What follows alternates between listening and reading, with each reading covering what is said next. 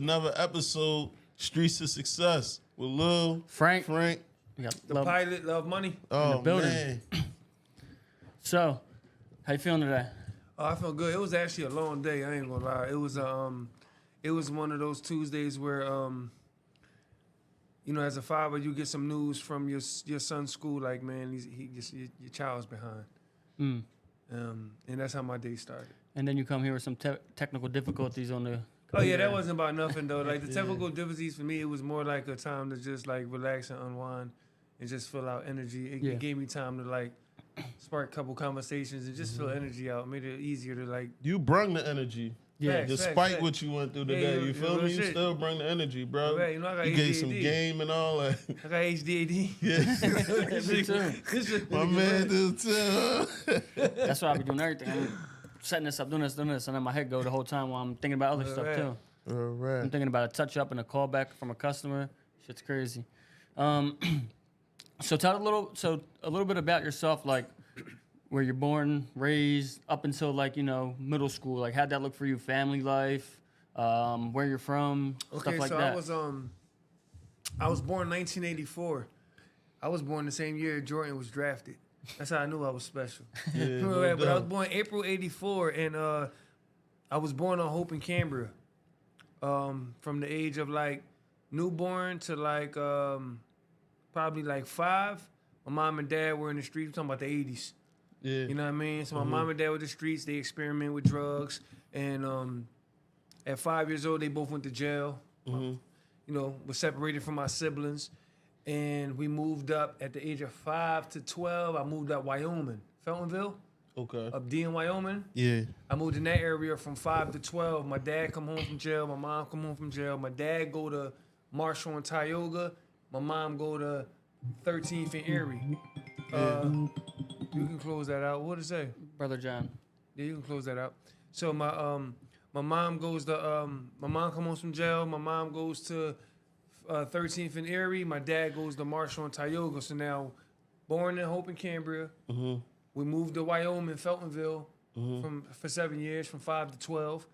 Then my parents come home, and my dad decides to Marshall and Tioga. My mom does 13th and Lehigh. So we looking at 4 different hoods right there. Yeah. And from that time of me being born to 12. Yeah. And then I actually lived in Gary Heitnick house. Y'all know Gary Heitnick? No. The one that was chopping up the women back in the day and stuffing them in the sewers. On Marshall and Tioga. Gary Heitnick, the serial killer from Philly. Got indicted and shit. Yeah, I actually lived in his crib when they indicted him. My dad's friend bought it, remodeled that joint, and my dad came home from jail. He rented my dad the top of the apartment, and we in the basement was like an arcade. So that was from to 12 was at 13th and Erie, and then my mom went to Fairhill and Cambria, and then from Fairhill 2000 until like now we ended up back in Wyoming. So it's been a lot of moving around growing up. Yeah. A lot of moving around, a lot of different hoods. I got friends and family as far as like what we'll turn into in the next few months or years or whatnot in a lot of parts of the city from being like moving around. I just gave you like 5 different neighborhoods my family kind of like migrated in. With a better immediate family. Hold, real quick before you go any further. As a kid, like you was cool living in that crib. Like you wasn't like, dang, like bodies really was chopped up in this job. I didn't know that was Gary Heitnick crib until to later on. Yeah. You know what I mean? At the moment, at 12 years old, it's you like ain't know, you wasn't familiar. Yeah, you know what I mean? I know I used to come outside, somebody spray painted on the wall next door to my crib in memory of Gary Heitnick. You know what I mean? But we didn't really know nothing until later on. Like, I used to live in the bull crib. Yeah. And, you know, Dang. so it wasn't nothing like, nah.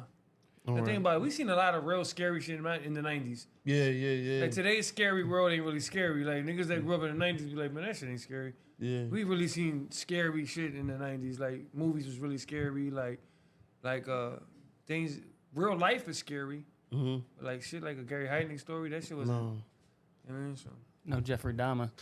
yeah, that nigga was crazy. That shit was so crazy I couldn't finish watching that shit.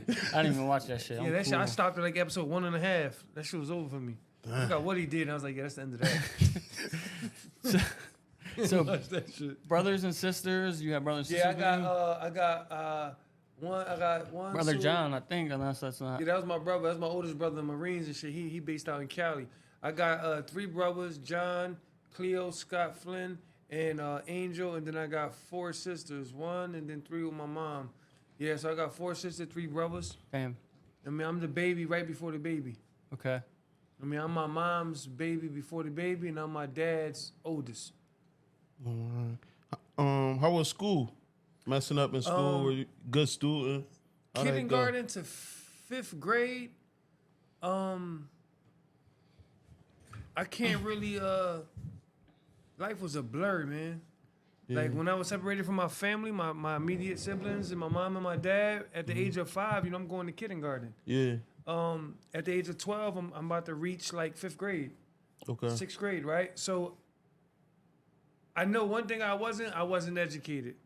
Like from 5 to 14, from the age of kindergarten till I dropped out of school, I don't remember nobody never doing homework with me. So that kind of can show you like the educating part of my life. And then you just heard the conversation about how my day started. Yeah. About like, damn, I get that call today, my son being behind. It's crazy because I'm watching my life play out and financially better, but educationally, my son's getting the same life that I had.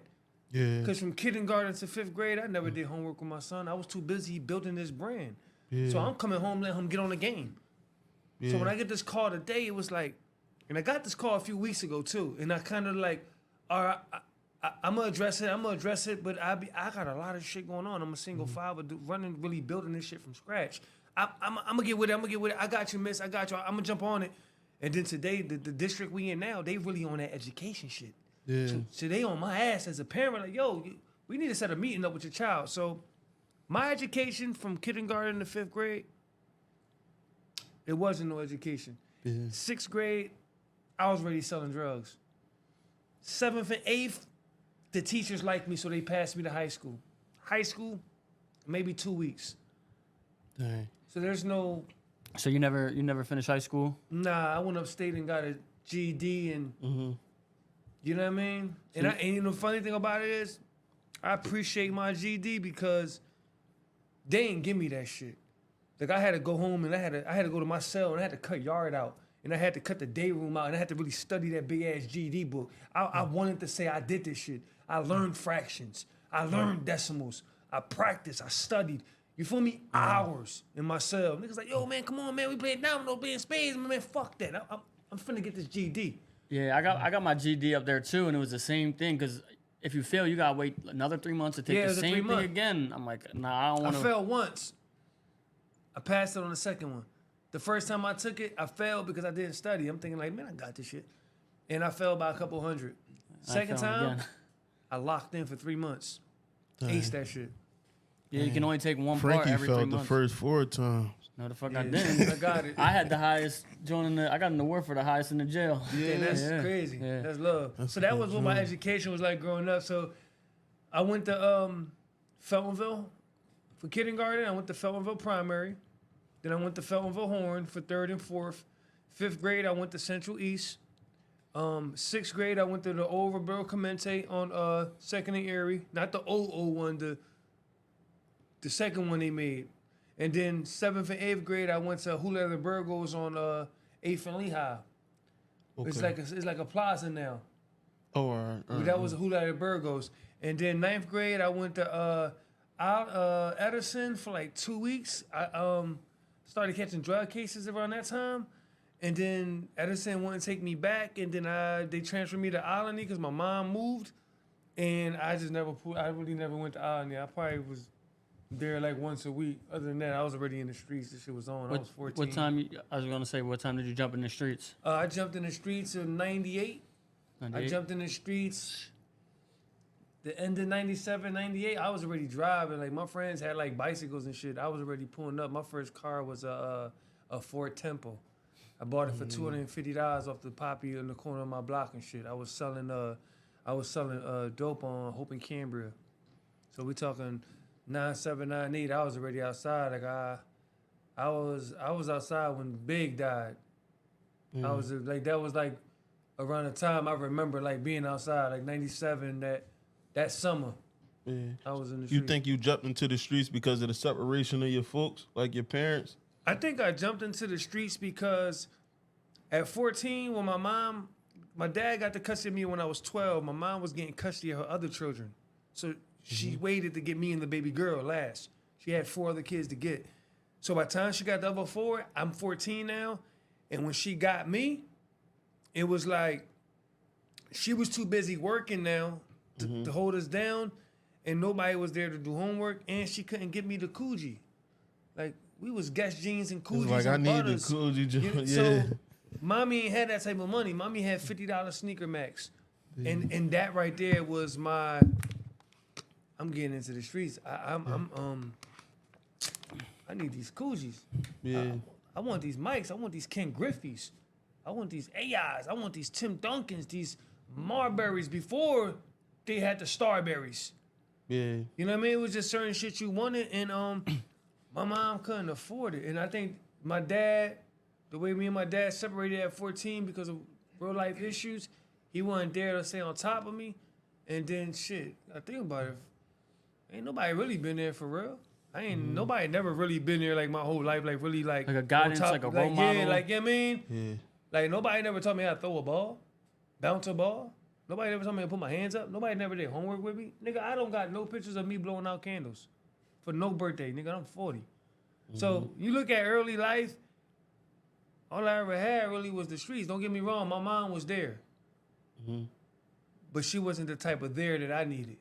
She was just there. But how there can she be when she's, responsible for your other siblings too? And not only that, she was working 2 or 3 jobs. She kept us with cribs. She cooked dinner every day, breakfast every morning, breakfast on the weekends, took us to the movies.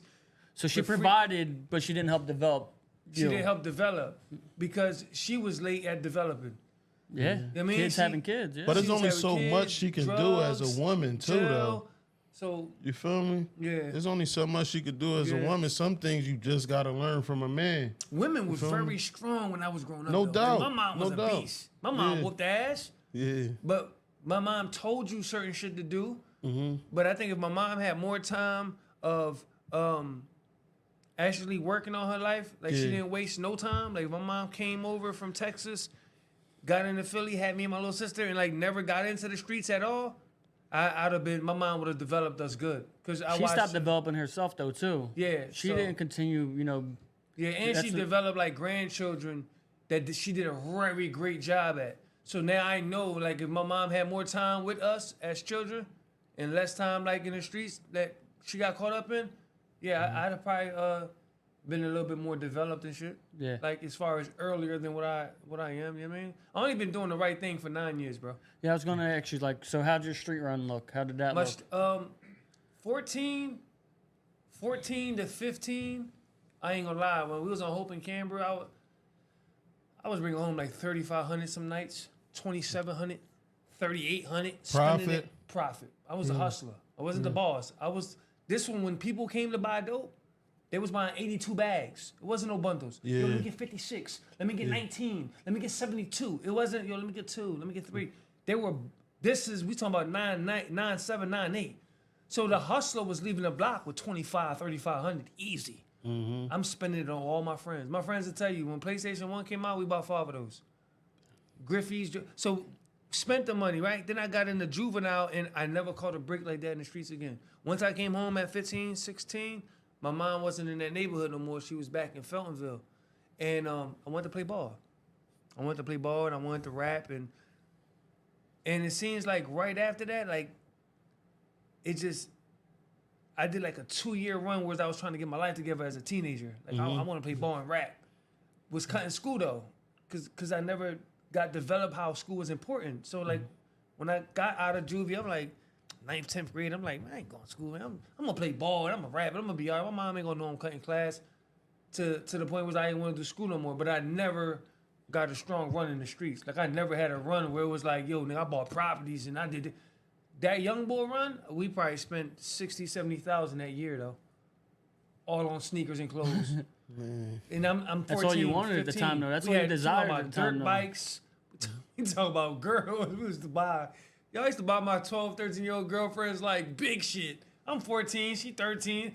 big balloons from Fifth Street with the big teddy bears in it, and this girl got a Showing chain. off. And He that was girl the got man, you hear me? He I was going to 8th man. grade with a Right, car. right. Like, yo, but Right. that was a kid, and I never seen that as a man. I never got to experience that as an adult. Yeah. And I sold drugs as an adult. Mm-hmm. I never got no money though. It never turned into something that was like, damn dog, we made 20,000 off that flip right there. As an adult, when you was in the streets hustling, did you ever have a plan to transition to like, yo, I'm gonna take this drug money and then start a business, No. or you just was in it, just I like, was yo, just I in need it, this and it now. wasn't even drug money. It was like, man, we was robbing niggas, we was running cribs, we was selling weed, selling crack, selling dope, and it was just a little bit of everything. And then it was, to me, it was never something I could look at like, all right, we about to stack. There was no stacking goal. Yeah. We was freestyling. We smoking weed, popping perks. We talking about the early 2000s now. We talking about smoke a dipper here and there. Like, you know what I mean? This not the dippers of today's world. Yeah. We talking about dippers in 02, 03. Wait, what's a dipper though? I know what dipper it is is, but like so angel people that dust, like, I know like what a it is. cigarette dipped in PCP, oils, I know. PCP. Yeah, for But people listening. in today's world, when you say, man, you used to smoke wet, no, not smoke wet, not like wake up and smoke wet. Like, no, like wake up, go get money, chill, go hit some shit, smoke a couple L's. 1 o'clock in the morning, y'all on the block chilling, like, yo, I'm about to get a dipper. Go ahead, hit that shit 2 or 3 times, be like, damn, not wake up and smoke wet all day. Yeah. So, popping perks, Zans, and throwing 8 Xandies in the water ice, and So what made you go to drugs? Like, what made you start using drugs? yo, Was it, like, yo, you know, it's crazy. A friend was like, I'm good. Yeah, you good. A friend was like, I went to go get my first tat right here, and this was 2000. The Lakers were playing the Sixers in the championship. It was 2000. I remember I just came from the block. I had a couple dollars on me. I went to go get a tattoo on 5th Street, 5th and Canberra. And I go into the tattoo shop, and there's a line, like 4 or 5 people. And I'm like, yo, I pay for all y'all tats. Just let me be next. Right? I'm young. I got the polo head to toe with the Nikes with the matching check to match the horses on the socks. Yeah. This one you couldn't get no fake polo back then. There wasn't no stands of the Akis yet. None of that shit was existed yet. And they like old head was like, yo, nah, you ain't gotta pay for our tax. Come on, we out. We'll just go to McDonald's real quick. So we go to McDonald's and he's like, yo, where you get all that money from? He asking me questions, the older guy too, right? So tell me McDonald's, and then one question less, I want you to meet my daughters. I'm like, all right, best. He's like, yo, by the way, look, I got these for sale. And it was a bunch of Xandies and tombstones. Mind you, at 13, 14, I don't know what that shit is. I was probably like 15. I don't know what that shit is, right? I'm like, what you want for that? Just give me $100. I give him $100. We'll get all them junks, right? Mind you, the Sixers game is that night. I remember I go to my block, go to my homies. I show his mom, like, yo, Irene, what are these? She's like, who gave you that? I ain't nobody give me these. I bought these. She's like, give me one. So I give her some. Boom, and then I take one. It don't do nothing to me in like 5 minutes. I take 2, 3, 4, 5. I start knocking the Zans down, take a tombstone, right? Yeah. I remember sitting in the crib. You missed the whole game. No, I remember the tip off. And when I came back to my senses, Jay Leno was on. Damn.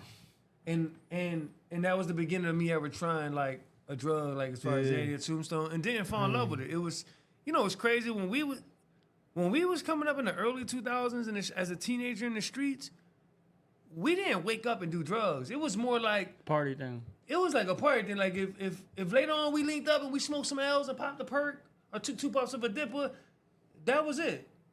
We didn't overdo it like whereas though like we got drunk and laughed and giggled. We didn't shoot each other and shit.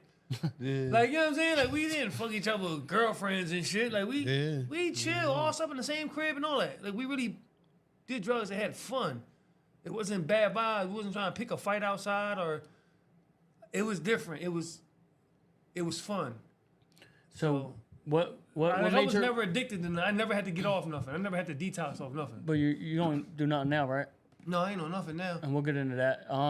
So where did your run stop into the streets though? Like what happened that made you like, I'm cool off this? You said 9 years now. I went upstate at 21. I came home at like 26. So I was 21, I think, turning 2. So I came home like 27. As soon as I came home, I went and got a job. Where at?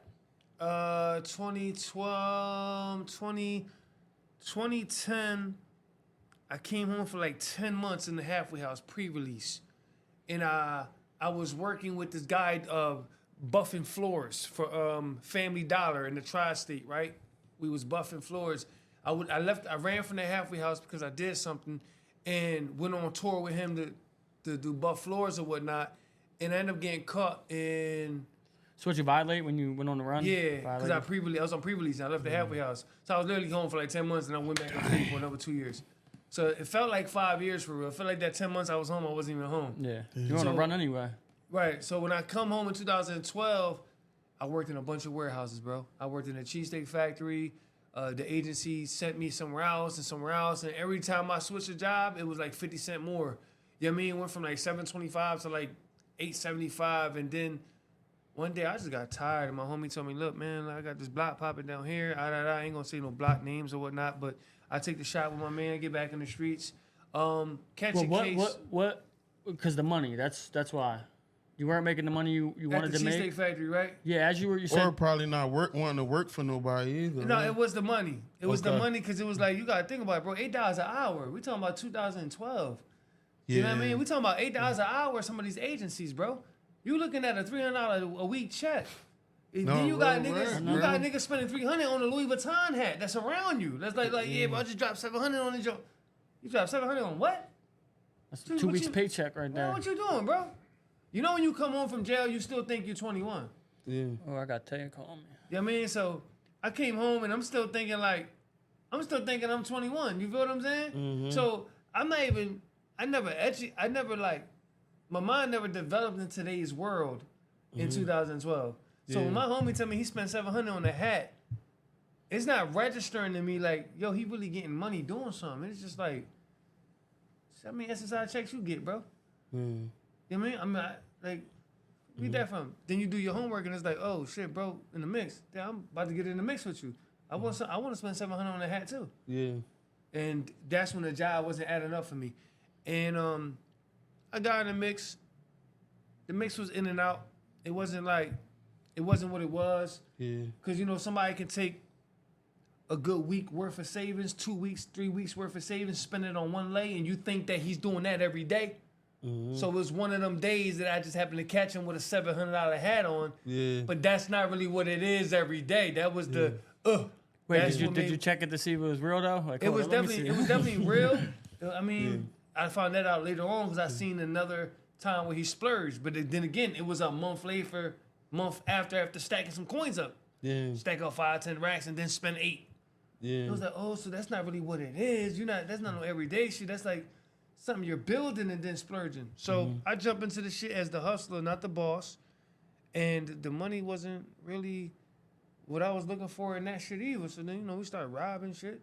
Then we're going to sell a little bit of dough. We're going to sell a little bit of crab. We're going to rob this and rob that. And we're going to just freestyle. And I caught my last case in October of 2013. And they ran up in the crib, took me in the crib across the street, and my son is 1 year old, right? And we squatting. Me and my baby mom squatting on the crib, on that block. We squatting, right?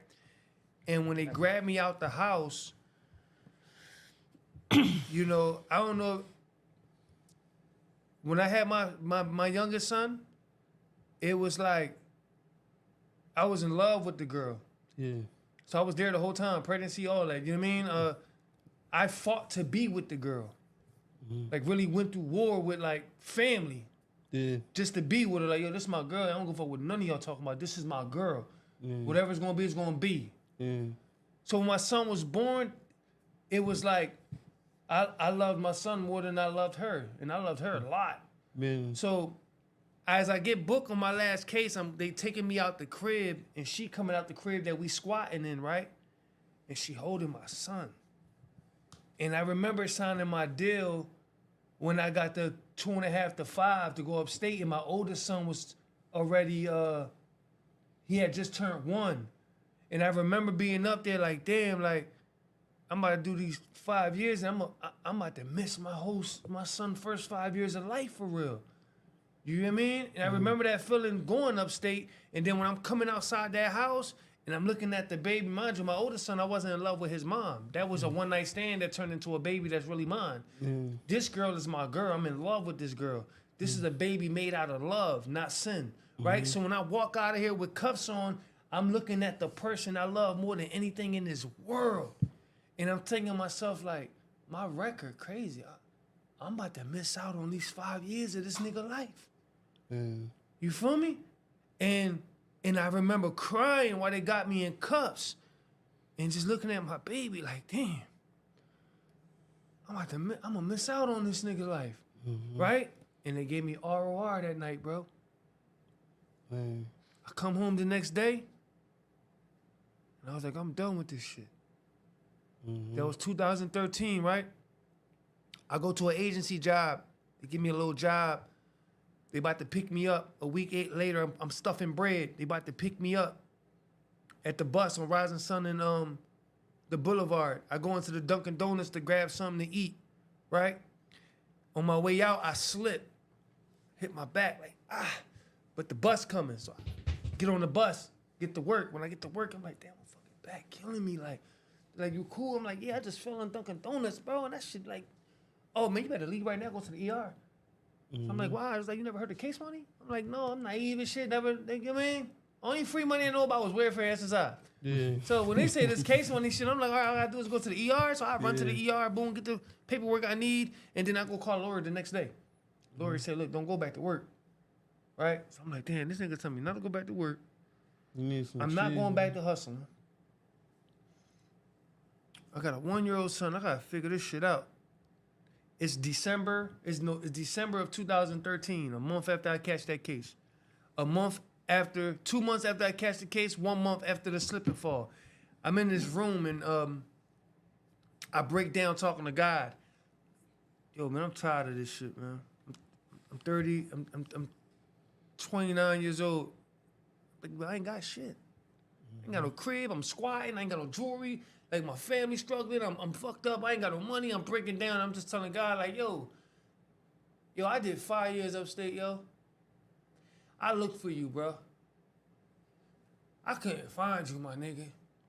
I studied Islam. Muhammad don't touch me, bro. I studied Christianity. Jesus don't touch me, bro. I studied Hebrew Israelite. That shit don't touch me, bro. I studied the Mormons. They don't touch me. As I studied, I can't find you. I'm fucked up down here, bro. You got to talk to me live and direct. I'm crying and shit. I remember going to bed crying that night, man. And I had a dream. In the dream, it was a dark hallway. At the end of the hallway, it was a green heart and a red dollar sign with a light on it. And I heard this voice and it said, put this on clothes and forget everything you know, right? So I wake up. I go on my porch. I see my homies down the block, the 2 houses down. I'm like, yo, bro, I had this crazy-ass fucking dream last night after I was talking to God. I was talking to God, bro. Yo, I had this crazy dream. I was crying and all that shit, right? So my homie's like, yo, come here. So I go over there and I'm telling my homie, mind you, they got the block. They selling weed. And I start breaking down the dream and shit. These niggas laugh at me. I'm like, bro, this shit told me to forget everything I know, bro. Nah, bro, really, I'm telling you, bro, this shit real. Man, shut up, nigga. You gonna stop selling drugs, you gonna start selling clothes, nigga. Yeah, bro, get the fuck, you baby boy, nigga. Cut it the fuck out, bro. So they bid and they laughing, right? I take it as, all right, whatever. They don't know nothing. That's 2013. For 12 months, I did not sell drugs. I was dipping and dabbing. I ain't gonna say I just stopped automatically. For the first 12 months, I was struggling with my demons. Trying to stop. But shit got dark. I had to dip and dab. Had to rob a couple niggas. You know what I mean? Were you using at the time drugs? No. Smoking drugs. Weed. Yeah. Weed and ports. And I remember that whole year of me dipping and dabbing because I had dropped 2014 of December. The dream was 2013. For a year straight, I told everybody I grew up with, family, friends, people in my neighborhood. Nobody believes you. I had this dream, right? And God told me, and they all laughed at me for a year straight. Yeah. I'm talking about, I was at the barbershop talking about this shit. I was in my neighborhood, the parks, like all my friends I grew up with. Like these are people for a year. Yeah. Nobody invested. Nobody believed me, right? 2014, I ain't got to get into how I got the money, who invested. The point is, when we dropped in December 2014, that was the end of my street shit. Like, when I sold them food stamps, and I got that merchandise, and I took that dream serious, and I prayed. I told God I'd never go back to the streets. I promise, but this shit better work, bro. Bro, that shit worked, bro. So how did that startup look for you? Like, what was your first couple moves that you had to do? I went to I went and got some food stamps. We sold them. We got like $200. We went to Foreman Mills. We grabbed a couple pieces. Matter of fact, I sold the food stamps, and I was squatting in the house of Dyer in Frankfurt. We sold the food stamps for $200. I used to walk past this spot that made school uniforms across the street from Kramer's. They did embroidered school uniforms, right? Mm-hmm. And Frankfurt Orthodox, right up from where Keisha Kitchen's at. Yeah. Well, that corner right there, that second building next to the whatever that is, a nail salon, that used to be where they make school uniforms. So I used to walk by there every day, right? And I used to go in there and be like, yo, I'm about to start my clothing line. The day I sold the food stamps, got like $200 in cash. I went over there and said, hey, I want to put a green heart and a red dollar sign on the shirt, a size medium. She was like, look in that pile right there, and whatever shirt you find, that's what we got. I was like, cool. I found a purple shirt. That was the only shirt in my size, purple. Now, the purple shit goes so deeper than the shirt. It just made sense later, right? At the time, I'm thinking purple. I don't want no fucking purple shirt, man, right? I get the only shirt she got. I get the shirt.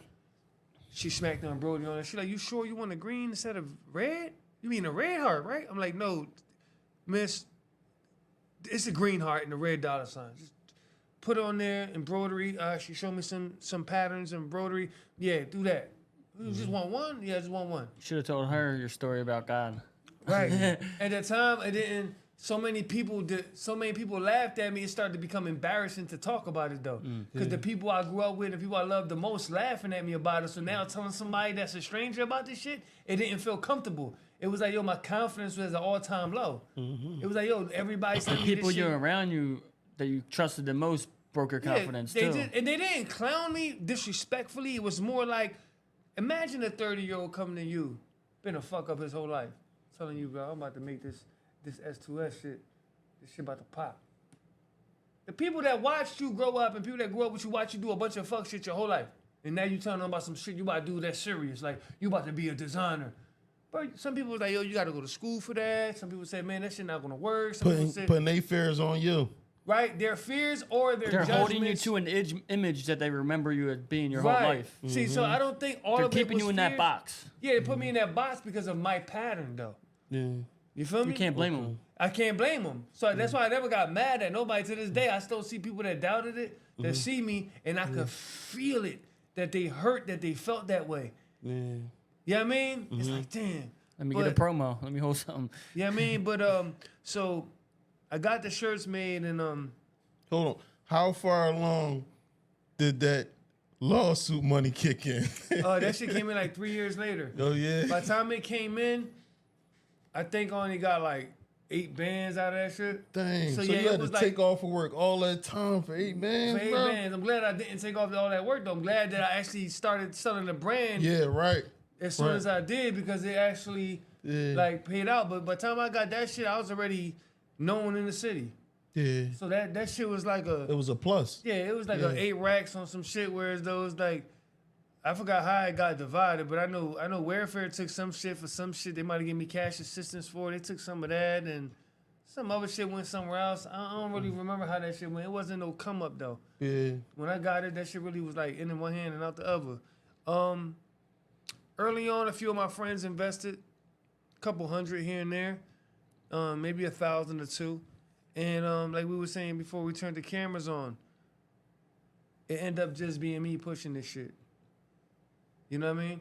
Yeah, I got Love Money Reek. I got HH Preem. I got Love Money Designer. I got partners that franchise and they do their own thing with it. Yeah. But we talking about the face of this shit. You know what I mean? The face of it, the forefront. There's never been a consistent investor since the beginning. It's only really been me. So it started off with selling my son food stamps. That's the farthest I can remember. Selling my son food stamps, walking around with 100 shirts in a duffel bag, carrying my 2-year-old, giving out samples in Kenzo. And that's where it started from. That's why my son's favored the way he's favored. You know what I mean? So my son got a big ass room and a So bathroom he in invested his like room. everyone else. Huh? He invested too. Yeah, he was the first one. He was trapping the shirts with you. Yeah, he was trapping the shirts with me. You feel me? And I think that's how God wanted it to be. When the dream told me forget everything I know, bro, I took that shit so deep. Yo, I know family that tell you they mad at me right now, cause what I took off my calendar. I don't celebrate Thanksgiving. I don't celebrate no birthdays. I don't celebrate Valentine's Day. I don't celebrate Christmas. I don't celebrate Father's Day, Mother's Day, none of that shit. I don't give a fuck about nothing that man put on the calendar. I got my own calendar. If I want to say Happy Mother's Day to my mom tomorrow and bring her some flowers, I do so. If I want Christmas in July, I do so. Right. And when they say forget everything I know, nigga, I don't give a fuck who read it. I don't give a fuck who read it, bro. I don't got no street code. That shit told me forget everything I know, bro. And when you break it down, it's like you can't uplift a street code of no ratting, but don't uplift the street code of no kids and women. You can't favor one street code over the other. So when it came to the point of life where as though this code is more uplifted than this code, there's no code. Not no code that I gotta follow. I don't care who read it. Ain't got nothing to do with that shit. Keep me out of that shit. I ain't gonna hang with no rat. I ain't gonna be in no shit with no rat. But I don't care though. I'm not gonna tell nobody, oh, this nigga a rat. I'm not spreading the word. I don't give a fuck about no street shit. If that's what the streets come with, that's cool. I ain't mad at what the young niggas is doing. I ain't telling the young niggas y'all dumb and stupid for drilling the way y'all drilling it. Youngin'. Honestly, die, nigga. I don't give a fuck. No, don't tell them that. I'm just saying, when you think about it for real, bro, you know what's crazy? The people you love to help don't mind draining your mental, my nigga, by not helping themselves. That shit hurt you when you try to help people that don't help themselves. That shit hurts you when you go at night. If you really care. If you really care, it's gonna fuck with you to watch people you're giving advice to not take it. It hurts you. But do you not think of like when I talk to youngins that be going through it, I be thinking like, man, I was in their shoes one day and nobody took the time to give me game. You feel me? So it's like some youngins really appreciate the game because it's a bunch of older dudes that be like, man, F them youngins. I'm gonna let them crash out. I'm gonna get the money over here. You feel me? Like, so sometimes that could be the case, bro. No, you're right. You feel me, bro? Like You're some right. young I think boys. if you know your calling, then you know what you're supposed to be doing. When I look at the people I've helped and the people I've tried to help, I found myself. I'm 40, bro. I found my purpose 2 days ago, maybe 3 days ago. I found my purpose. I know what I'm here for now. Can we hear it? Yeah, so I just broke down my life, right? My dad was there, but my dad wasn't there. My mom was there, but my mom wasn't there. I'm a single father. My son mom she in the streets. Real bad. Right? I'm looking at my life and I'm reflecting. And I'm looking at my pattern. And I'm looking at my chess pieces. I'm looking at where I'm living. I'm asking God why I'm not a millionaire yet. I got this brand, my shit booming on the street. Why I ain't got no M yet? Why I can't free my people? Right? I'm thinking in my heart, I'm supposed to be this big designer. That's my purpose. I'm the love money designer. Nigga, shit about to be like Polo, nigga. That's my calling. That's my life. That's my purpose. And then I'm somewhere the other day and I'm looking at the chessboard and I'm saying, okay, I live in one of the richest counties in Pennsylvania. I ain't even got to name it. I'll tell you off camera. I rest my head in one of the richest counties in Pennsylvania. My zip code expensive, nigga. My zip code, my flex, nigga. You feel me? I ain't got no dime, I ain't got no rollie, nigga. My zip code cover your zip code, nigga. Put your rollie on my zip code. So I'm looking at my chessboard. I'm like, okay, I rest in a very nice place. My doors stay open. Nobody steal my kids' bikes. They under the steps. My car be unlocked with 10,000 in inventory in it. I'm in a very nice zip code, right? I drive a nice car. I got decent money coming in. I got decent money put away. I'm looking at my chessboard and I'm asking God, why I'm not the biggest designer in the world yet? I'm thinking that's my purpose. And then my heart tell me, reflect. Look at your life. Look at everything. And when I look back, And then I look at what I got on my plate. My son is about to go through everything I just went through if I don't give him everything I needed when I was his age. Both of my sons. So look at the 3 stages I'm in. I got a son on the way, 6 months in. I got a son that's 12, that's about to be looking at high school's 6th, 7th, and 8th grade, about to start looking at him. He's behind from kindergarten to 5th grade. We never did homework. As a kid, from kindergarten to 5th grade, nobody gave me homework. Nobody helped me, right? 6th through 9th, all I did was run the streets because nobody was there for me financially for the things I wanted, right? Now, my oldest son is 18. He's making the transition from a teenager to a young man. Nobody was there for me in that stage. So I don't remember nobody being there for me as a newborn. No disrespect to my parents. I'm speaking from the heart. I don't remember nobody playing with me from a newborn to the age of 5. And from the age of 5 to 12, I don't remember having my mom and dad guiding me with homework or helping me with homework, teaching me how to ride a bike. None of that shit, right? At 12 years old, going into a teenager, nobody told me how to treat a girl. Nobody told me how to settle down with one girl, find one girl, learn how to love one girl, learn how to be satisfied with one woman, right? Nobody was teaching me that at the age of 12, going into a teenager, right? And then at 18, going into adultship, nobody taught me about having a bank, having a job, building up rapport with, credit and, right? So these 3 stages of my life that I needed somebody real bad, there was nobody there. Now I got 3 sons that are in each one of those stages that I needed somebody.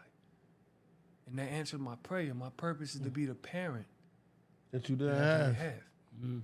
There's no way around this shit. I want to be this big love money designer. Nigga, that bring in money already. You fulfilled that. Whatever's going to come in from that brand, it's a website. I just showed you we did 100 bands this year. So, I mean, we struggling not an issue. So what's wrong with you? To know your purpose is to give all your energy to it. So going forward, I'm not busting traps every day out here.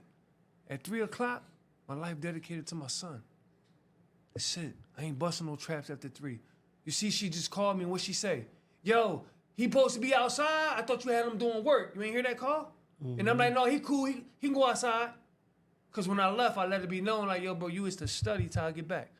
I was ready to call off. I was ready to call out on this interview. But the energy I got from Mike was so genuine. It was like, nah, this is a different type of interview. It's not even about the interview. It's about my word and who I'm keeping it with and how. Shout out to Mike, though. Mike is one of the most genuine people that I know. Right. I knew Mike for That's 20-something my dog. years. Right. So and he always come through for us. that's how I made it here, but I really supposed to have been home. My son's studying. You know what I mean? And today was one of the first days that I got that second email. I was like, all right, this shit real now. Now it's like, my purpose is to be that father and that mother. Because my son ain't got his mom in his life. Shout out to his mom. She going through addiction. She trying. But I'm the son, I'm the father, and I'm the son. I'm the father and the mother. So my purpose is to be that for them 3 kids that I got on my plate right now. Cause when you think about how can I be a better parent, it always has to do with, well, financially, my mom had to work 2 jobs, and my dad had to work 2 jobs. Well, God put me in a position where I ain't got to work no job. I made probably like 300 or 400 sitting here. You feel me? So money's not an issue. So it's like, why can't you be the best parent that you can be now? You know what I mean? And Yeah. that's what I think my purpose is. I don't even think that's my purpose. That's my purpose. And when you find your purpose, you believe it came from God, you ain't got no money issues. Make sure that you fulfill your purpose. If you feel like this is the stage where you got to be a great father from the time that child's born to the time you die, a great father from the time that child is in 6th grade to that child graduates high school, a great father to the time your oldest son is 18 until he figured out what life is really about. I'm in 3 stages in my life right now where as though my purpose needs to be fulfilled and making money is not a priority no more. It's like, nah, bro, you can't chase that little 600 that's in the hood right now. Your son need to learn these decimal and fractions. You got to give him a 3 sturdy hours. If you could bust a trap from 6 to 10, go ahead. But from 3 to 6, your son needs you one-on-one on that shit that he working on in school. He need them 3 hours. And your older son need that conversation. And you got a head start on the baby that's coming. So you should be blessed in the position you in because you're not struggling. You got a decent home. You drive a decent car, and you got a decent support system. You feel me? Yeah. What you think? You think eventually you're gonna teach your oldest boy the business too? I think the first thing I'm gonna teach him is having a relationship with God. I think a lot of our teenage boys and girls, I think they never got a grip of relationship with God. I like that. I mean, we know a lot of teenagers that are Islam and Muslim and whatnot, but we also got to take into consider the fact that a lot of people are converting to that religion because so many cool people have converted to it. Not saying, no, I'm not saying that that's majority of people who are why they're doing it, but I know a lot of people who only did it because of who's doing it. Like, you like, damn, bro, I ate pork with you my whole life, bro. Now you Muslim. No, bro, I still eat pork, man. You know, that's just like, you know what I mean? Like, that's just what I'm working. Some people There's probably a just lot got of their those. calling too, like how you did. Yeah, in that's your what I'm saying. dream. So some people you me? can second guess. It's like people that go to church and then they playing with Christianity and shit, but they come right back out here and they selling dope. It's like, yeah, I can't blame you for your flaws. You back in the shit. Whatever. What I'm just saying is there's a lot of, I don't care about teenagers that aren't mine. Whatever you decide to do and however you get judged, that's on you. With mine, you need a relationship with God. You don't need no religion. But my first thing is like getting my oldest to understand like God is watching you. God is answering your questions. God is gonna show you signs. You gonna have to talk to God when you wake up in the morning. You know what I mean? Just the foundation of you gonna need God in your life to succeed in life. If you wanna commit to a religion because it makes it easier for you to work around people who are also in that religion, cool. Don't commit to a religion because it's cool. You know, you take two average. This will give you an understanding of. You talk to kids, so you should try this. So I can show you what I meant by my previous statement. Go to a next meeting, and out of 10 kids, see how many of them, if y'all were to commit to a religion, write on a piece of paper, will it be Christianity, Hebrew, Israelite, Catholic, or Islam, and then put y'all papers in a pot. And then see what the numbers are. And then you'll see how people will be embarrassed to say Christian, but won't be embarrassed to say, I'm about to be a Muslim. They won't be embarrassed to say that. Why? No, the youngins, I ain't gonna hold you. Youngins, when I facilitate and I talk to is from the ages of 18 to 25, it's like mixed, bro. It was mixed. Honestly, yeah, it's mixed. Real rap. And they be happy, like, we be playing around like, yo, when you gonna take your shahada? And we be betting, and they be like, yo, when you gonna come to the church? Like, we be betting back and forth. But I do agree with you, though. A lot of times in the city, it can get like that. I seen youngins that be afraid to, announce what religion they are or what they truly believe it ain't in. a cool thing to do. You know, the negative is the new cool thing to be. Yeah. Like your mouth. If you cuss a lot, that's thorough. Yeah. Like women. They praise their little kids going like this. Now I look back on my old videos of my son going like this. I'm like, damn, that's bad parenting. And then you look at today's world and it's like, that shit kind of cool now. It's like, for majority, I don't think it's cool. But. So let's get back to Love Money real quick. Yeah. Let's get back to the brand. You had a lot of brand talk. Yeah. Some jewels too you were giving us. A couple minutes ago. Yeah.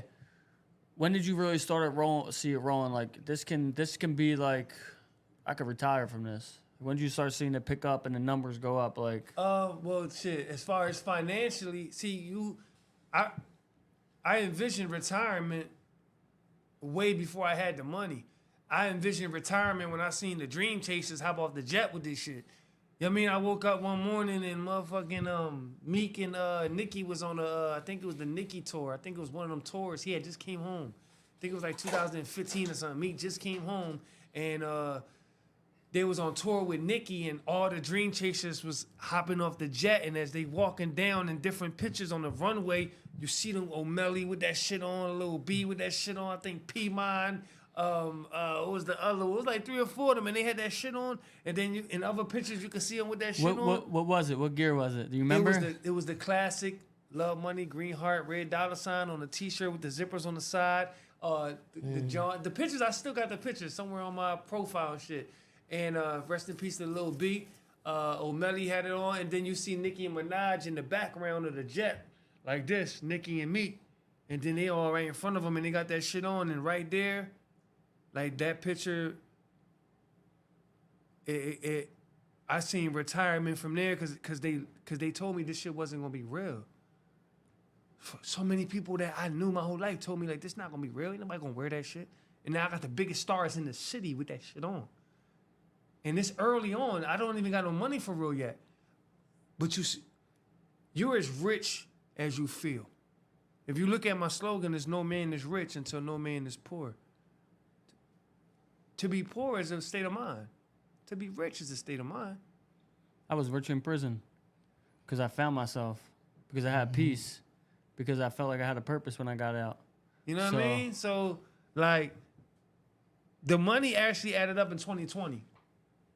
When everybody got that PUA and shit, I was scared because I really had real money in my bank account. So I really had money, like, I was doing business transactions. So I was scared that that shit was a scam. So I didn't do it. But when they looted and all them stores shut down, I've been the most consistent with merchandise. So the whole hood got money. You can't no loot stores me. is open. You can't loot me. We did 208,000. You feel me? In 7 months. Went crazy. The whole squad got my clans. Diamond earrings and shit. We was drawn. You had that flashback from when you was a young and selling them. Yeah, and it was like a black woman put me in position to slow down. A black woman put me in position to have good credit. A black woman showed me how to do certain things to set up for my children. You know what I mean? A black woman I dated. You feel me? So at the time I was dating this lady, she gave me so much game. It was like, it wasn't going back from here. It was like, oh, now this shit easy now. Like, we got it from here. And we didn't work out. We still on good terms. We cool. We're not communicating, but we ain't beefing. We both moved on. But I knew it was real when I learned how to do shit. It was like, all right, bet. I put this money here and put this money here, and then just be consistent with this. Like, just pay these bills, and you got the type of merch that any given day you get one lick and it's on for life. You only gotta be right one time, bro.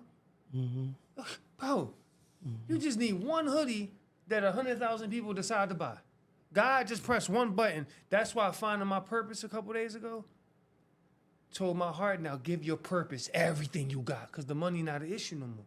You don't got to chase a trap in Kensington and you live an hour away. That $70 not that deep. That $100, that $300, that's not that deep.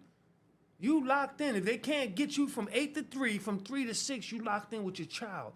That's all God is asking for. Give me all the energy that this purpose need, and I'll take care of you financially. Now, any given day, you drop a drop, and God hit the button, bam, there go 100,000 copies sold. Now I'm not on IG no more. Because honestly, bro, if I motivate you or inspired you, when that window open, boy, you better take advantage. Because if I'm right one time, you're probably never going to see me twice. I'm cool with just playing myself in the crib and just playing house with my kids and watching TV. Family Matters and Full House and just old shit, old movies and shit. I don't even like nothing from the millennium and up. Rap artists and none of that shit. You would think I'm still in the 90s if I was right one time. I'll be gone. I don't desire nothing of the world. Not today's world. There's shit that I go buy that came out in 98. I just had the AIs on yesterday. Which ones? I got the pennies on right now. So when you look at my sneaker collection, it's all the sneakers that my mom couldn't get me when I was a kid. Yeah, real rap. I don't I live did in that. today's world. I did that. right. When every time I wanted shoes, I couldn't get them. So when I got older, I was like, I get all the Jones, man. now I'm getting the shit Yeah. I wanted when I was a kid. And I got all the Pippins. You got a Dreamcast recently, didn't you? Yeah, I got a Dreamcast recently. Yeah, for sure. And I got all the Pippins. Damn, Dreamcast. Yeah, I had a Dreamcast. I was I just used playing to play 2K with my Sonic son, on the that real 2K. That's where 2K started. Somebody, that's when I Dreamcast, had yeah. Reggie Miller. I was a Reggie Miller fan. So I wasn't a Jordan fan. I was Reggie Miller was my man. So growing up, everybody ain't want to be like Mike. And if you look at the way my life actually turned out, to this day, I'm still not trying to be like Mike, bro. You know what I mean? I'm cool with not being the greatest. Bro, I'm happy as shit to have the little bit I got. So that's why when you finally find your purpose and you grateful for the little bit you got, boy, you won right away. Oh, you won right away, bro. Any given day, like I said, we could be here tomorrow, but nigga, I could be right tomorrow, and I probably won't see you again for 5 or 6 years. Nothing personally, it's just because I want to run, bro. Yeah. I need 2 or 3 years where I ain't got to deal with nobody. I just want to sit there and rebuild and reprogram my family, my household. You feel me? I got 3 sons, and I got a lady. This is my new family. I'm not gonna just miss you. I'm gonna miss some of my cousins I knew for 30 years. Yeah. Y'all got to give me 5 years to get I gotta reprogram my brain. I got shit that only money can fix. You know, they say, oh, man, money can't fix. Money about to fix a lot of shit.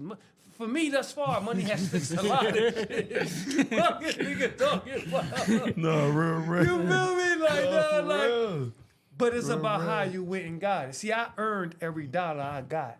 You earned every dollar you got. We've earned every dollar we got. So when we say we love the money, dog, this not evil money. Love money, the brand, people think it means cash. Did you ever Google the word money? You ever thought about, because you think you know it, right? Why Google it? You ever Googled it and looked up the definition What of is it, money? currency? The definition of money is a current medium of exchange in the form of coins and banknotes. When something goes in the form of, did it not just change from original form? So if current medium of exchange in the form of coins and banknotes, we know coins and banknotes is the cash. So before it turned into that form, what was the original form? A current medium. Current is electrically charged particles. That's power. Energy. Energy. Oh, what is an energy exchange? Medium is the means of doing. So if energy is power, electrically charged particles are in our body. The real definition of money is having the power to do something. So cash gives you the power to buy. Buy your time Right? back. Cool. So they say money's the root of all evil, right? Money is the result of your energy. Right? So if money's the root of all evil, if you choose to buy the wrong things, it can lead to the root of all evil. But you also have the power to see. If you're married and you're watching pornography, you're misusing the power to see. That can lead to the root of all evil. Money's a power tool. Cash can buy. Your eyes, the power to see, can see. You also have the power to speak with your tongue. If you're telling the youth, pop perks and do drugs and catch a body and kill that nigga, you're misusing the power to influence your people. That can lead to the root of all evil, the power to speak. If you premeditating homicides, you're misusing the power to create. Because the brain has the power to think. Your hands have the power to create. Who gave us these power tools? God. Because God is what? The highest form of power. There's no form higher of power than God. God is the highest form of power. Love money don't mean to love cash. Love money means to love God and all the power tools that he gave me. He gave me the power to see, the power to think. I think good. I think positive. I uplift my people when I got in the leadership role. I create positive pieces. I buy good things. I don't buy drugs. I don't buy jewelry to make my man feel like he ain't up with me. I don't buy things to shit on nobody. You feel me? I speak, I use my tongue the right way. How can it lead to root all evil? I don't listen to the negative shit. I listen to Eddie Pinero. A little bit of wallow here and there, and I don't, my power tools, I'm using them right. So that's what the brand Love Money means. It doesn't mean to love cash, but a lot of Guess it froze. people was tapped in on that, John. Yeah. They was? Yeah. Yeah, what, like 50, 60? Yep. So Commenting. so the brand, that's what the brand ended up coming down to. And then when I ended up doing research on the colors, like green and red, it all made sense. Even the purple shirt. The shit go deeper than like... Yeah, we gotta get back to that purple shirt. Yeah, the purple shirt was like, this is the only shirt that had my size, right? Mind you, I told you I got my GED upstate. You know, you graduate, they give you a cap and gown and all that, right? Boom. My brother died. He got shot in the head 2005. I graduated 2009. Sorry to hear that. Yeah, right? Street shit. So 2009, I'm upstate, and I'm graduating. Mind you, we don't get to pick the color of our cap and gowns. The jail gives you whatever cap and gown they give you. The cap and gown was purple. My mom and them come up for the graduation. We take pictures of whatnot. Boom. I come home 2012, right? The brand don't come to life till 2014, right? So as I'm coming up the steps, my mom got all the pictures on the wall, right? And I see a picture of my cap and gown. I was like, damn. So now I go to my mom's room, and I'm like, Mom, what was my brother's favorite color? And she was like, purple. And I was like, yo, that's crazy. I'm like, why when I went to the store today to get the First Love Money shirt, the only color they had was purple. Man. I'm like, that's the only color they had that fit me, ma. And she was like, wow, mijo, that's a coincidence. It's still the beginning. My mom was one of the people that told me nobody was gonna wear it. I mean, shout out to my mom though. It's like, it is what it is. So the shirt happened to be purple, right? Cool. Got the shirt, whatever, wore it to my son's first birthday. Cool. When I went back 2 or 3 months later to get my first professional shirt, shout out to my young boy Nene, put that bread up. He get the shirts made, and when we go pick up the shirts, he like, yo, everything came out good except for one thing, bro. One thing came out messed up. And I was like, all right, it's cool, don't worry about what was it. He was like, the tags on the inside, dog, they came out with purple lines going through it, like purple flat lines. Damn. And then it hit me like, my cap and gown was purple. My First Love Money shirt was purple. My first 100 professional manufactured shirts came out with purple lines in the tag, flat lines. And my brother's favorite color was purple. And then it made it real clear for me, like, yo, like, this shit deeper than what people think. Like, you will only understand if you was me. You know what I mean? Like, and people still laughed at all that. It was like, come on, man, just a coincidence. And when you look back to where I took this shit, I made about $5 million already. I ain't got it. I ain't got nowhere near that shit. But when I go to my wholesaler and they tell me I spent $700,000 in 9 years, my nigga, I at least quadrupled that. And that's just the wholesaler. That's not the Foreman Mills. That's not Primark. That's not Old Navy. That's not Fifth Street. That's just the wholesaler, Alpha and Broder. Alpha Broder, I'm 800,000 in with just them. That's t-shirts and hoodies. You feel me? So I know I made like 5. Spent a lot of money. Gave away a lot of samples. We're talking about 5 million in 10 years. It's like it sounds like a lot, but it's really not a lot. What's that, like 250 a year? 500 a year. You know what I mean? Like that's like 250,000 a year. You break it down by 10 years, 5 mil is like 250 a year. So 250,000 a year, we definitely did in sales every year. This is with no cosign. Like even though the Dream Chasers was wearing my shit, they never tagged me and shit. Like I never got tagged.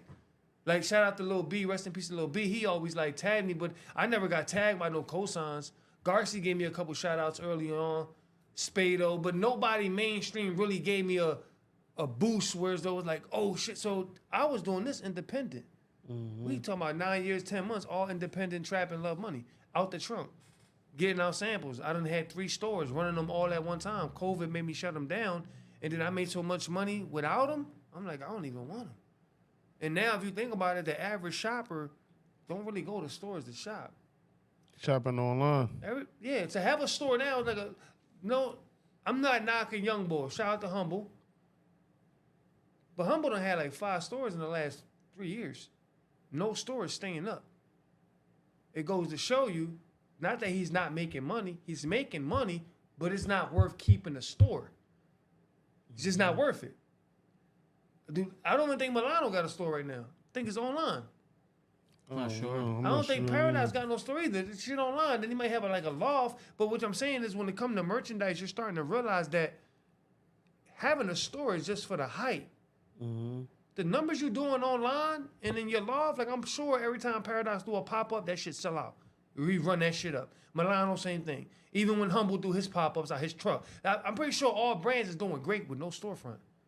But you got to go through that storefront phase to realize, ooh, that overhead ain't no joke, nigga. Talking about payroll, talking about insurance, talking about rent, talking about inventory. You're looking at $15,000, $20,000 a month overhead. I'm cool, bro. I'm only bringing in like $20,000 a month on a good month.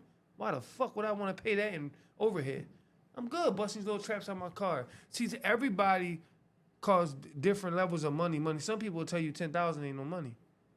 I just heard somebody say 100,000, $1 million is the new 100,000 the other day. Salsa Walker. Yeah, He said $1 million is the new 100,000 to maybe you and your peers. You feel what I'm saying? Shit, this 6 figures I ran up, nigga. That should have happened to me. Fuck is you talking about? I don't smoke rapper weed, bro. I'm not paying $500 for a fucking eighth. You feel me? So I mean, your bracket is different. So I think a lot of people got to understand, like, what you got and where you at is where you're supposed to be at the moment. You think I don't want to M? I do. I want more money. I want to free my people. I'm free though. See, I worked hard enough to free myself. I freed myself. I freed my lady. My lady don't pay bills. You feel me? My kids don't want for nothing. They eat good. You feel what I'm saying? Mm-hmm. We eat good. We live good. Spacious. We comfortable, right? But my mom not free. So I still got to work. I'm grateful for what I got, but I got to still create so I can free my mom and free my sisters and my nieces and nephews. And it's still work to be done. But I'm grateful for what I got, and I do want more. That's why I'm still grinding. That's why I'm still building and I'm still searching life. Like I just told you, I found my purpose. Now I'm about to give my all to my purpose and see how God backs up my purpose. Because now it's not about selling clothes no more. I got it. I did it. Mm-hmm. It's done. It's a brand. I don't got to post every day like, yo, I'm selling clothes outside. Like, you know what's up? The website show you numbers, so now you know, like, yo, your website showing you, like, it sales is coming in. You don't got to chase it. Go fulfill your purpose. Go make sure you had that conversation with your son that y'all not seeing eye to eye. Make sure that you doing this homework with this boy because he needs you right now. And that newborn that's coming, you got a head start on that one. So it ain't like you got nothing to worry about because he don't need a nice place to come home to. He got everything he needs for early life. Only thing you have to do is be there. Make sure you help feeding him. Make sure you help him change diapers. Make sure you there to sing to him and read books to him before he can read. Present. Just be present. Be there. Yeah. You know what I mean? So found my purpose, and now it's about, fulfilling it. And that's really how the purple came into play. And it's connected to so much of just my story, man. It's like, you know what I mean? I know some people be like, your story is motivating. And I tell people, like, man, don't let my story motivate you, bro. You know what I mean? What should motivate you is when I give you that information how to become me. You know what I mean? Your story, like, I'm going to tell you how to... Your story should motivate you yourself. Yeah. Because everyone has a story. Right. So if my story inspires you, write your own story. Right. Create it. You created, I created, Right. Lil created. Like, you got to create your own story and keep facts. building off of it. And keep Facts. building off of it. And then what you are, what I am, what Lil is, and all the other way more successful people than us out there, and this podcast is about just the evidence of it being possible. Yeah. Because I can see if you're trying to do something that no one did, but if you're trying to do something, somebody probably already did it. Somebody already got a Cleveland brand. Somebody already flipped houses. Somebody already, already did the thing you're trying to do. The evidence and proof is out there. If someone bleeds like me, if someone could move and function and work like me, then why can't they do it too?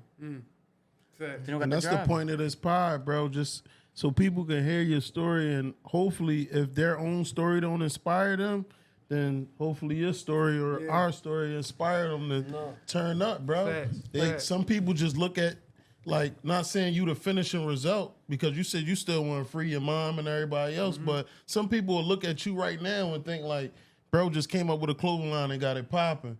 They don't look at like all the trials and tribulations you've been through, from jail to, it's looking at your son while you in handcuffs, all of that type of stuff led up to where you at right now. You feel me? Real rap, bro. And the thing is, like, you made it happen with some things stacked against you. Some people out there don't even have those things stacked against them. It's just that they ain't even Still putting not making it happen. They're not putting the effort in. Real Or they rap, don't believe bro. in themselves. Because if you don't believe in yourself, you're not going to move fully with conviction. Because you're like, I could probably do it if I wanted to, but then why aren't you doing it? Like, I understand when Wallow and Gilly used to say, everybody can't go, about maybe 7 years ago. I used to be like, man, they wrong, bro.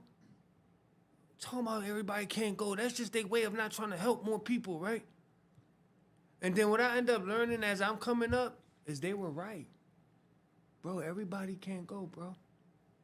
And that don't mean you cutting your homie off. That means looking at the world like, look, yo, I know you think I'm here. And I would love to see you come with me. But the facts is, bro, your story is you being a homeless bum, bro. That's your story. And you gonna die that way, nigga. And you gonna be a whore. You gonna have 7 baby dads. And you ain't never gonna get married. And that's gonna be your story.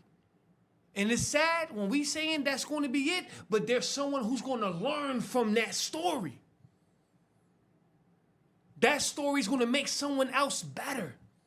You being homeless, somebody know how you got there. That story's gonna make somebody else better. I can't help you, bruh.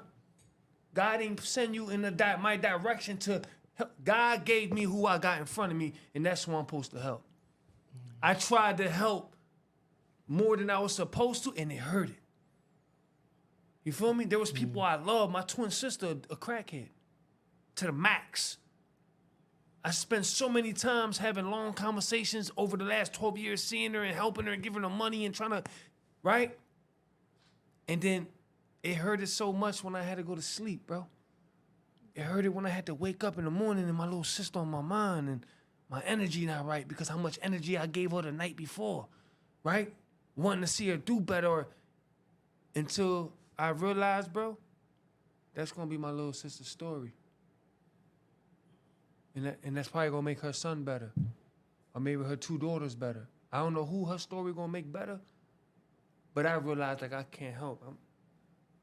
I got who I got in front of me. Them young boys that you talk to, them might be the ones you're supposed to help. Your little cousin Rah-Rah, yeah, bro, you going to stay a smoker. That's just what it is. But God is putting in front of you who he needs you to help. Sometimes we extend that and want to help them and more, and it's like, nah, everybody can't go. I understand what Gil and Wild was saying there. It makes sense to me now after going through some of the shit that they probably had to go through in life. They older than me. At the time, I'm thinking like, man, y'all not trying to really... No. You understand as you go through this shit like, damn, you know what? You know what I mean? No, there's not no shade on nobody. None of you niggas better get mad at me. Real shit. Charleston White said this, right? And he a nut sometimes, and sometimes he's not a nut. On this situation I'm about to speak on, he wasn't a nut. Yeah. I real quick before you even go in, I had I was on a Zoom with him, right? And he was basically saying like he say a lot of negative stuff to draw people in because you know a lot of our people are attracted to the negative stuff. We just talked about that. Once he draw them in, then he drop gems on them. So that's like his marketing tool, basically. You feel me? That's crazy. To give game. Real I never rap, seen bro. that, but he said some shit where he said the most people who trying to help the hood, most of them niggas is broke. He said I was one of them. I'm out here trying to help the hood. I'm coming home every day broke. He said as soon as I stop trying to help everybody, the nigga started getting money. And I related to it because early on, I was trying to show everybody how to get a clothing line. I'm giving everybody the sauce. I'm sharing my platform with everybody I came across, right? And even though I was doing okay, I could have been making more and doing better. But that's what my heart wanted me to do at the time. As I grow through it and I learn at how people reciprocate that love, it end up showing me, you see why everybody can't go? Because everybody don't love the way you love. Everybody don't support the way you support. Everybody don't honor the way you honor. I'm here because of the honor I felt through Mike. I honored that date. And everybody's not like that. So you got to understand everybody can't go because it's just not good for you. Right. That's all. I mean, I understand what this shit about now, bro. You wake up, you go get some money, trapology. Divide it with who you want to divide it with. That's what it is. Some people are entertainers. So it's gonna be more gas than fire. Right? And then some people you got that's just like me, like, I ain't gotta gas you, bro. I'm just doing all right. You know what I mean? I can't tell you I'm ready to invest and let's get a new suite upstairs and let's rebuild. I ain't got it. What I'm gonna tell you is that I'm gonna support this shit like you need me to. I'm gonna do that. It's the realest it can get. I'm gonna go live on it. I'm gonna tag you in it. You know what I mean? You got a shirt and a hat for me. I'm gonna wear it. I'm gonna tag you, let people know what I recorded last night. I'm gonna give you my all based on the honor I got from my brother that made us brothers. But I ain't got nothing to spice up. I ain't got nothing to add to this shit. You know what I mean? Shit. What you got is more than what a lot of other dudes got to offer, bro. Not even- You got honor. Dude, the purpose. Yeah, People don't even bro. know their purpose. Yeah, some people don't even know their purpose. And I'm 40, bro, and I just found it. And it feel good to know that that's all I gotta do, bro. And gotta cover the rest of my desires. Be the father and that mother that you wanted, So you're needed. that you needed. Cause now you got 3 stages of boys who are entering the stage that you needed a mom and a dad at most. A newborn, a 12-year-old, and an 18-year-old. And I'm telling you, I'm going to back your bills up. Your bills is cool. You got some money saved up. You ain't got to worry about no money. I'm going to back that, but give your purpose everything you can. And I will allow you some extra time to make some extra money that you probably thinking about. Because I think about it. Like, damn, I got 10 people waiting on delivery, but my son need help with his homework. And then I got this podcast interview. Like, all right, I'm going to do the interview. And I bust some traps tomorrow. And then I'm going to have my son do a little bit of study. And then I'll figure it out. I'm in the early steps of fulfilling my purpose. I'm trying to let go of the anxiety of making more money. You feel me? Because I'm so addicted to that. I'm addicted to coming out like, yo, I got t-shirts, I got hoodies, I got that. I've grown the addiction to do that. Now God is telling me this is your purpose and you're going to have to fight that addiction. And you have to have faith that I got you covered. You think you're going to make another 7 racks this year? No, you're going to make 70 this year. But you got to show me you believe that you believe in your purpose. And this is what I sent you here for. I sent you to be the father that you wanted, that you needed. And you got 3 children in 3 stages of life that you needed a father most at. And I put you in a better position than your father was in when you were in those stages. You feel me? So it's like... There's no excuse. It's no excuse. Yeah. So now I have no excuse. This is my purpose, to be a father. You know what I mean? Because everything else is covered. For people listening, I just want to give them just like a couple minutes of some advice if they're trying to start and build their own brand. Because you got a huge following. You do well for yourself. I mean, I know you're not where you want to be. We just had that whole conversation. But there's somebody looking at you like, damn, how can I, damn, it's so far away and unachievable. I mean, it took you 9 years. What can you tell someone listening now? And you only 40. Yeah, you almost Frank age. I would tell them, Bro. Look at the brands around the world and just look at them. Polo, Nike, Paradox, Milano, Spurgo, Humble, Gucci. We can name more. Love Money, Struggle to Success, Humans, Creator. Look at some of the dopest brands out. What do they all have in common? They're just words. So the first thing you have to find if you're trying to build a brand is a word that you can stand on. A word that you understand. A word that when you design it, it looks like art. I can smack a finger painted heart and a finger painted dollar sign and just sell that now. Mm-hmm. Because I made it art. Now it look good on whatever. Right? So you find your word and make that word look good. The word, I created 2 brands, Trapology. I created Yardage, Kenzo Dior, Pink Cocaine, Trapped Angels. And they all have meaning behind And them. they all too. got meanings behind it, right? So you look in the dictionary, we can look around and we can find Clock? a word Time? that's like, huh? Time? Time. So you look at the word time, right? Now you know it's T-I-M-E, right? Okay, so it's a simple 4-letter word. Now, what do you do to make time look good? So you get the letters and you type in 1001 free fonts. They'll show you thousands of fonts.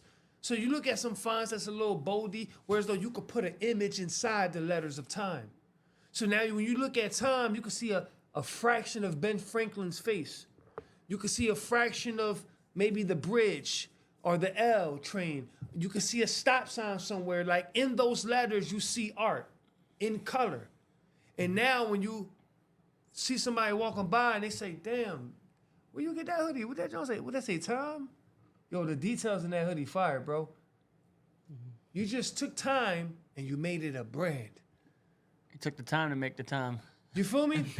So there's so many words in the world. You could take time and find out how do you say it in Spanish? How do you say it in French? How do you say it in Greek? How do you say it in this language or that language, right? And you could do this with 20, 30 words. And just find a word that sounds good. It's like, ooh, that got a good sound to it. Yardage had a good sound to it. Trapology had a good sound to it. You feel me? Spurgo, I don't even know what that shit mean, but it got a good sound to it. Milano, you know what I mean? Got a good sound to it. Paradox, it got a good sound to it. Regardless of the art that he used or they used to dress it up after the fact, the first step was the word. So if you're trying to build a brand, find that word first. Once you find that word, it's nothing to smack that word on the Chucky logo. It's nothing to smack that word on top of the fucking polo horse. It's nothing to smack that word on the time department. You feel me? Find the word. With the word will come creativity. You got AI now. I was doing this Love Money shit when it wasn't no AI. I was creating these logos with Chucky and Paid in Full, and I was just taking movies I grew up with and ideas I seen in my lifetime and just so find your word first. Look at some of these brands. Essentials. Bro, essentials? Essentials. What made it hot? The artist. He took the word, he added a little slogan, essentials. Oh, what's the most important thing? Oh, having God in your life. Oh, fear of God. Fear Oh, of shit. God. Essentials, fear of God. Oh, shit, damn, I'm gonna get this like that. Give a couple celebrities. Marketing. See me? I found the brand, and I had 2 routes to pick. I had the celebrity route in the beginning. I experienced it, and I learned from it. And it was like the celebrity route, it eventually slows down because celebrities switch up trends so much. So it's not one brand that celebrities have been consistent with since we knew celebrities for branding.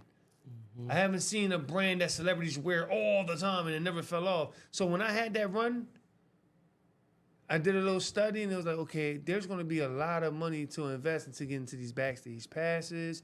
So I took a different route and I said, you know what? I'm going to make normal people my celebrities. And I done served so many normal people, gave out samples to so many normal people, posted them on my page like they was real celebrities because they became my celebrities. You know what I mean? I got my own celebrity rapper. I got my own celebrity boxer. I got my own celebrity podcasters. I got, you know what I'm saying? I got celebrities in my world that might not be celebrities in your world. And same way I respect you, Diggy and Mayweather, you gotta respect me if I'm supporting my man. That's just celebrity, it's my celebrity. That's all. You like Dior and Gucci, I like local designers. These are people I actually know that are feeding a family, that are not rich yet. So don't knock me because I'm saving money and shopping with locals. Damn, I should be knocking you because you get money off our people, but you giving it to rich people. So if I don't knock you, don't knock me. We just not in each other's worlds. It's okay to build your world that way. I'm building my world this way. You feel me? So that's the steps of creating a brand. You find a word, find your audience, and shit, man, hustle. Gotta do the rest. If you genuine, gotta do the rest. You're gonna find one or two people, and Wake up and work. you wake up and work. Get Wake creative, up and create. hit the streets. Yeah, you wake up and create, you study, you do. You got to understand that there's a lot of things that being an entrepreneur takes away from the life that you know. So I can't hang out with the friends I want to hang out with because they got a different lifestyle. They spend a different type of money. You feel me? I got friends that spent $50,000 last week, and they only got like $5,000 today, but they cool with that. I'm not cool with that. But then again, we got different product. You know what I'm saying? You doing 100 bundles a shift. Like, I ain't doing 100 bundles. I ain't doing 100 bundles of hoodies a day. So I can't spend the way you spend, which means I shouldn't hang with you the way you hang out. Because that should tempt me to like get in the mix. Yeah. Because I want to spend the way you spend. You know what I mean? Right. So it's like, being an entrepreneur, a lot of things change. You can't smoke as much as you want to smoke. You can't hang out the way you want to hang out. You can't, spend money the way you want to spend money, and certain things don't matter. Depends on how serious you taking your goals. Like me, bro, I don't celebrate nothing. My mom hurt to this day, but I didn't go to my mom's 60th birthday party. I went outside and hustled. Why? Because there was probably people there that I didn't want to be around. So do I put the importance of my mom in front of the importance of my heart? And be there just I seen her the next day, brought her like $500,000. I don't know. Gave her a gift the next day though. I bet nobody at the party gave you that. I'm here the next day. Just because I didn't want to be around everybody you wanted to be around, I'm here. Shut, love you. Right. I ain't, you know what I mean? So depends on how deep you trying to swim. I'm trying to swim like deep. Like I want Diddy money without the madness. I think everybody want that. You know what I mean? Like I want the without the diddler money madness without and the the madness baby though. oil. I don't want nothing that has to do with the mad, but I do want that type of grind though. You know what I mean? And that's why I put in the type of work that I put in. You feel me? Because it's like, I'm going to create every day. And now that I know my purpose, I'm going to create 2 or 3 pieces overnight, post them in the morning, go bust traps from 8 to 3, 3 to 6. I'm with my son, bro. Just know that you're not going to be able to reach me 3 to 6. Me and my son doing this work. And if I'm got some energy left at 7, I come out for 2 hours to the city real quick, have 10 deliveries lined up, make a quick little 1,100, 900, shoot back to the crib, throw on some From TV show that I'm watching right now. Shout out to From. Because that's what I be feeling like sometimes. I be feeling like I'm in From, especially when I come to Kenzo.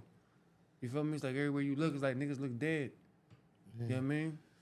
That's really what it is. Like, damn, that was my little homie last week. He looked like he lost out this joint. I mean, So this was a classic right here, man. Good interview, man, from an influencer from the city that you probably don't even call himself an influencer, but there's people watching you to get inspired by what you do. For sure. And you got a great story, streets of success, like Streets you know. of success. No, that's just, it's funny because I didn't even know what this shit was called, but God don't make mistakes. And this podcast story, the brand, the name, it actually fits my story. Yeah, our that's how we got story you too. on. That's the It's point. like it go right with it because like I was really in the streets, and you know it's like damn. this shit really successful now. I can really look back and be like, damn, like Zip code. You just said your zip code. my zip code is expensive, bro. You know what I mean? Where can the people reach you at though? Anyone listening to On this podcast? Instagram, you can find me at pilot andco.catalog. That's not Polanco. It's Pilot and Company catalog. And TikTok is LVMNY LLC. Facebook is LVMNY LLC. And How often you dropping? what designs, merchandise? yeah. Every other day. Every other day. Yeah, like I do it whereas though like it's like Big said, I drop unexpectedly like bird shit. I just do it. Like, you know what I mean? Like I just wake up and like, I'm dropping these waffle backs. Or I'm dropping the mascot. Or I'm dropping these flares and I'm only dropping 3 of them. Or I'm about to hit y'all with shorts and just That shit go. really ain't got no set because it became my lifestyle. It's like, okay, this is what I'm supposed to do. I'm supposed to design merchandise, get some money, and like I said, we was just saying, Take care of your. we waiting for that one Oh, time yeah. to be right. Well, around. You know what I mean? You know, 1,000 people spend $100. 100,000. It's 100,000. Mm-hmm.